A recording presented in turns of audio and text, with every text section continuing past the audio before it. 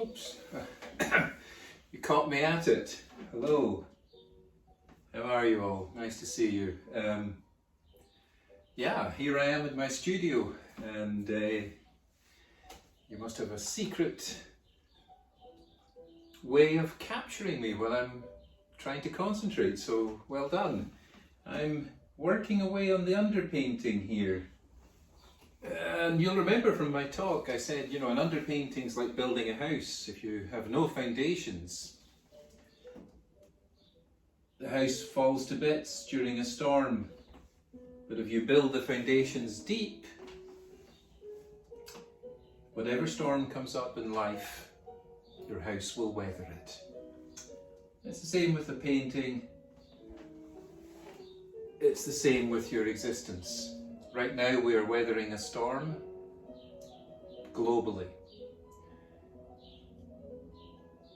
For the last 2 weeks I've been pretty much down, suffering from pains and a lot of just basic awful stuff going on. I'm rising out of it now. I went deep inside myself and I worked through it. Now you can only do that for yourself. Sadly, you can't really do it for others. So, under the painting is going to go this thing, more or less in a kind of monochrome, and then I'll build up colours on top of it. So you can see it here. It's a lot of work, you know.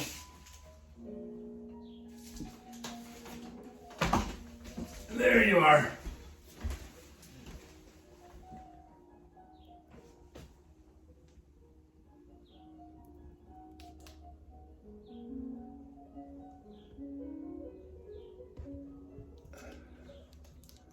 And that's not the finished painting, that's just the underpainting. All that stuff will be rendered invisible by the next layer of painting. You know, while I'm painting, I'm always looking for influences, so I ordered this book from Amazon. I pay very little because I always buy them used. And I think I paid about $1 or $2 for this, for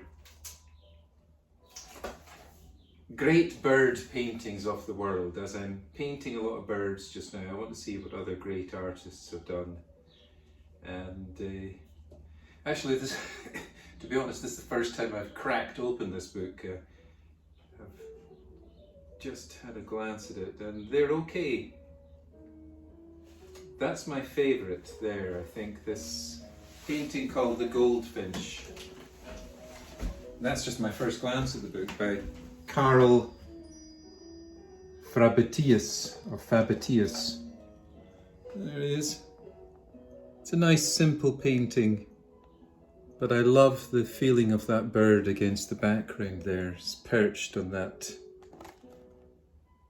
whatever the hell that is, a letterbox or something, God knows. But it's an old painting from 1654.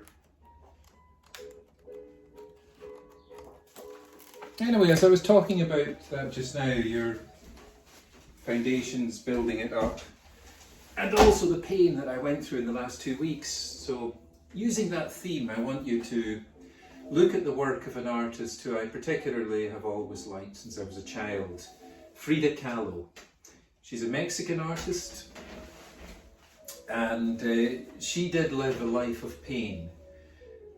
She had been involved in a serious accident when she was a teenager that rendered her body terribly broken, and she would have repeated periods in convalescence in hospital throughout her life, which was relatively short. However, during that time, she created masterpieces of what I was talking about in the last talk, Selbstkunst, Art of the Self. She truly took herself and her life and the pain and transformed it into something magnificent that continues to influence people to this day. There are examples when the world opens up again in the Museum of Modern Art in Manhattan on 53rd Street. And of course, I'm going to recommend that you look at this film online, which I'll send you a link to. And I would ask you either to do one of two things. Write an essay about your response to her life and art. I don't want an account of her story, you know, just like born so-and-so, married so-and-so, died so-and-so. I mean, I don't want just a biography. I want your feelings, you know, what was this person how was this person able to transform their existence into this magnificent art form? If you don't want to do that, I would like you to do a drawing in response to her art. A transformation of pain and suffering into something wonderful. So take the raw materials. A lot of us are in pain and suffering just now. Take it, use it, don't run away from it, experience it and make it into something useful for people. The transformation of something like suffering can really be helpful for others. The great mystic Gurdjieff talked about sacrificing your suffering. So let us do that just now for the first exercise. An essay, either telling me about your feelings about her, or a drawing telling me how you can transform pain into painting, into something worthwhile for others to observe. Okay, so that's it for now. I'll talk to you later. I wish you all, every single one of you, the very, very best. Here I am in the studio. At night, it's daytime now, I have a whole battery of lights. So I can switch all of these on, transform it into daylight. If I'm insomniac, I could paint all night. And these bulbs here are all set with a kind of daylight bulb. You don't want to have yellow bulbs at night because it gives the painting a yellowish quality and it'll interfere with your colours.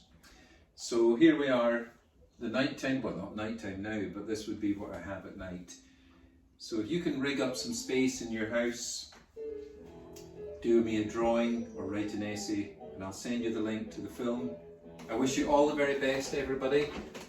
I'll be up with another video very soon. Talk to you later.